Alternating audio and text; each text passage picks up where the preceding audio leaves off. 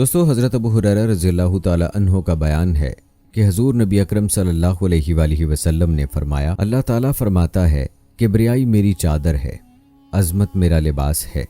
جو شخص ان میں سے ایک بھی چھیننے کی کوشش کرے گا یعنی تکبر کرے گا اور نخوت و بڑائی کا اظہار کرے گا، میں اسے عذاب دوں گا۔